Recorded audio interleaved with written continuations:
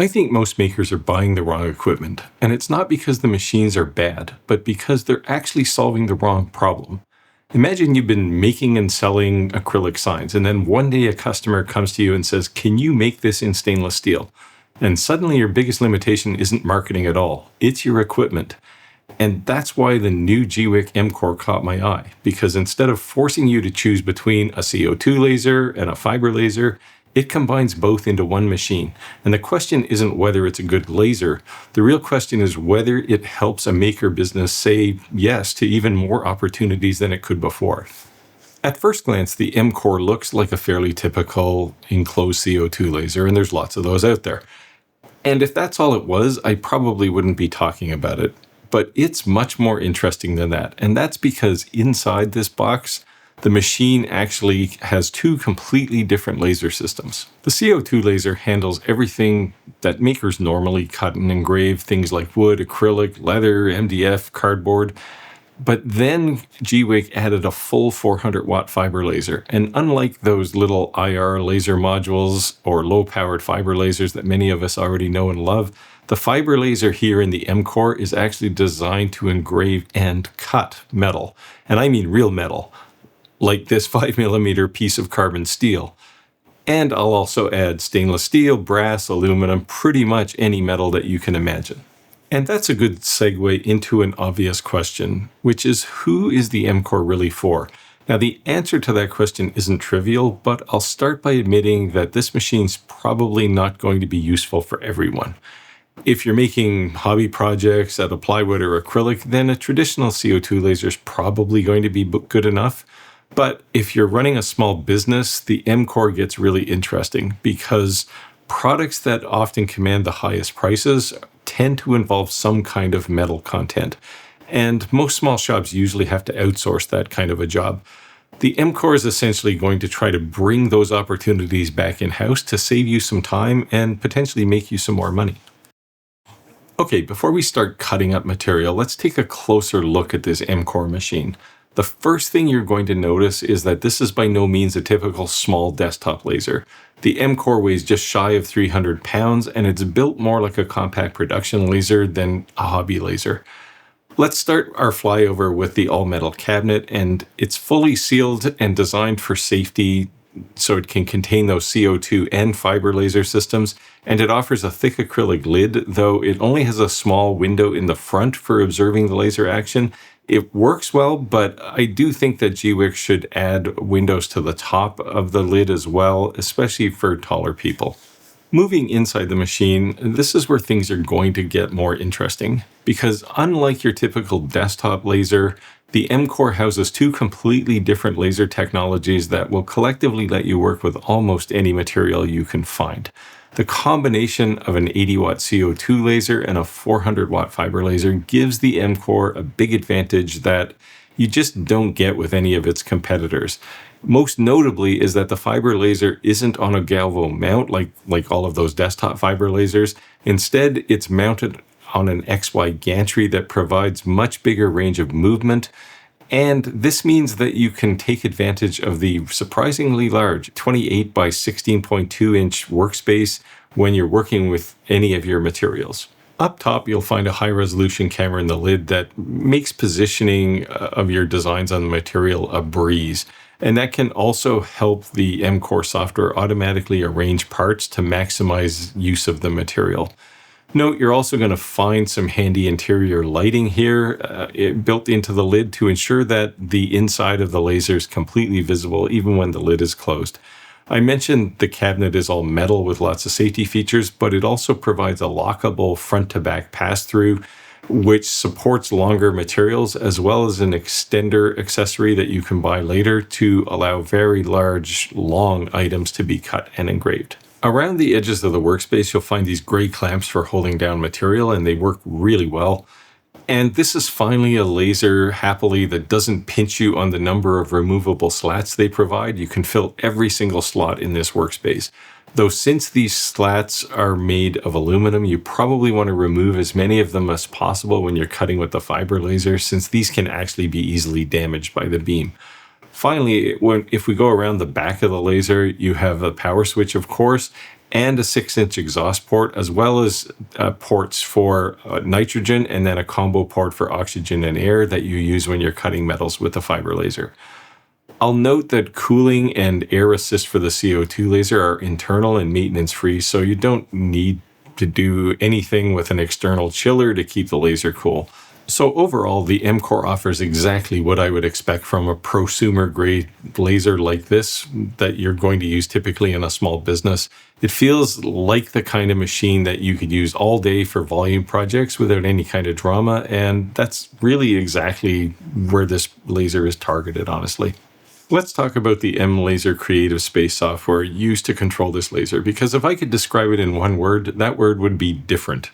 Gweike took the software from their industrial laser line and adapted it here, and it does the job, but while it might be great for commercial shop users, the workflow is definitely not what most small business users are going to be used to.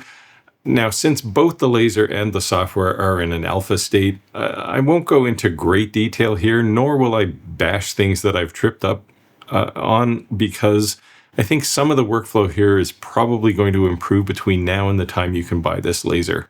But I will show you a few basics just so you can get a better feel for how this laser works. And I'll call out some of the usability issues I ran into and some of the feature holes where the software is still really not implemented yet. The first thing to understand is that M-Laser Creative Space, and okay, I'll just call it MCS from here on, isn't like Lightburn in any way that you can imagine. And for some people watching this, that might be a non-starter. However, most laser control software can be learned with relative ease, and MCS is really no exception there. And for what it's worth, I don't think Lightburn can easily capture some of what's going on here, for example, turning gas on and off, which is why I believe Gweike headed in the direction they did. And now, one other issue I'll point out here, which might be a problem for Gweike, is the apparent lack of a Mac version of this software. As many of us already know, creatives historically lean towards Mac computers for ease of use. But in this case, you could be out of luck because the MCS software appears to be only available on Windows at the current time. When MCS is running, you will be presented with several tabs at the top of the screen to control which workflow you're going to be working in, as well as a selector for either the fiber laser or CO2 laser and a few other miscellaneous buttons you'll see there. On the right-hand side of the screen, you'll see the functionality for selecting layers as well as controls to move the laser around, start and stop jobs, and toggle things like the gas if you're using a fiber laser. At first, MCS seems a bit intimidating, but you will spend most of your time either in the Start, Common, or Draw tabs, and those tend to be pretty straightforward. For example, if you want to capture the workspace image, you can go to the Start tab and click the camera button. That seems pretty obvious. This will take a snapshot and display some unnecessary image window, but after closing that, you'll get back to your workspace with a picture of whatever material you have there. If you want to create a new drawing element, you go to the Draw tab and you can draw a rectangle, place it down there, size it using the controls to scale it on the right-hand side. However, you can do almost everything that's in the Draw tab from the toolbar on the left. And yeah, I do have a few questions about why this functionality is in two places. And I think some simplification of the user interface would be beneficial here, but as I pointed out, this is currently alpha-grade software, so I won't complain too much. If you want to place an object like that rectangle on a specific layer for its own settings, you can do that from the toolbar on the right. Just click a color and it will move to that layer. All layers can have their own settings, and if you're familiar with Lightburn, you'll understand that concept pretty quickly. Now, material settings is one place where Gweike is still working on things. So instead of a material library being available here, I'll click manually and import the settings that Gweike provided to me for some of the materials that they also sent me. And in the near future, I hope this material library just magically appears for me. They are working on it. Now, when you have all of your design complete and your settings are defined, you can move over to the laser controls on the right-hand side to start your job. If you're using a CO2 laser, all you really need to do is press the start button, air assist, and everything will be automatic. However, if you're using the fiber laser, you will need to do a couple of extra things. First, you'll need to calibrate the laser head for whatever material you are using. And you'll also need to turn on the buffer gas to ensure that cutting is clean if you're doing cutting. Now, the gas controls do raise some additional usability questions for me, since my layer settings have already told MCS that I plan to use the oxygen to do my cuts. Why do I have to turn it on myself? And is there ever really a time when the gas needs to keep running after the job is complete? So why do I need to also turn it off myself? But I'm pretty sure a lot of these software quirks will be resolved in time with the MCore software, certainly before it starts shipping. And a lot of these bumps, they might seem difficult, but I conquered them pretty quickly. They're just minor annoyances for me. For now, we know enough about the MCS software to actually build a project or two. So let's take a look at some of that. Let's start with an acrylic project. Not because acrylic is that exciting, but because acrylic products continue to be some of the easiest products for makers to create and sell. To show you this, I'll create a simple 2-layered house number sign. I've made a lot of these, and I'll give you the opportunity here to see some of the cutting with this 80-watt CO2 laser. On the finished results of this sign, you can see the cuts are very clean, the edges look fantastic, and for anybody already selling acrylic products, the MCore performs exactly the way you'd expect a premium CO2 machine to act. So here's the final result after I put this sign together. I created this thing in about 10 minutes, and it's something that will sell very well for some pretty decent money, but acrylic is only half of the CO2 story, so let's take a look at something else. Wood remains one of the most versatile materials in the maker world, and if your business already revolves around wood products, there's nothing here that's going to force you to change your workflow. So let me engrave my channel logo into a 3mm piece of plywood and cut it out just to kind of show you what a basic project looks like.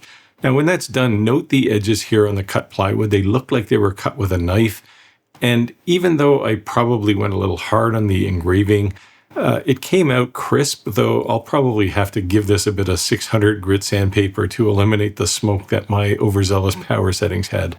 But if you have a side hustle or a small business, you probably already work with wood and acrylic, so there won't be any mystery here when using the MCore for this. The real question is what happens when your customers ask for something beyond these common materials. And this is where the MCore creates some real space between itself and almost every other laser I've ever reviewed. That's because most desktop lasers can mark metal, but very few can actually cut it. And because the MCore can handle cutting up to 5mm carbon steel with ease, that creates an opportunity for you to move into a whole new product category. And for any maker's business, new product opportunities will matter far more than whatever the machine specifications say. To show you this, I created 2 simple metal projects. The first is a simple sign where I just laid down some text and I put it on some 1mm steel and cut it out with the MCore, and you can see the cut is crisp, and even on the backside, there's only a minor amount of dross that needs to be removed. Now, I did this second project, which is this hummingbird that I've created in many other materials in the past, and now I can create it with steel or brass. So I wanted to specifically show you this one to give you a feel for the precision that the MCore is capable of. And I'll note here that the eye in the hummingbird is less than 2mm in size, and you can see all of the other fine details here that are actually pretty amazing. And to give you a feel for the marketability of something like this, in the past couple of weeks, I've made at least 6 of these, and I originally made one for this video, and people keep coming into my shop and taking them, so I have to keep making more. So there's definitely a high appeal and high demand for something like this. So does this Gweike MCore make business sense? Well, if you're primarily making wood and acrylic products already and your customers aren't asking for more, then honestly, this is probably going to be more machine than you need. But if you've reached the point where your customers are asking for metal products and you can't currently make them, well, that's where this MCore is going to fit perfectly into your business. Because the most valuable thing about this machine isn't the fact that it's got a CO2 laser, and it's not even the fiber laser. It's the fact that this removes the need for you to choose between them. And that's really the lesson here. The maker businesses that grow aren't always the ones that are going to have the most tools. They're the ones that remove the barriers between what the customer wants and what the maker can deliver. And for many maker businesses, that's exactly what this MCore is going to do for you. If you're interested in finding out more about this Gweike MCore, I'll leave a link in the description down below. And if you're interested in building a more profitable maker business with great tools like this, then make sure you click the like and subscribe, because that's exactly where we're going to be exploring on this channel. And remember, the real magic is in the maker, not the tools.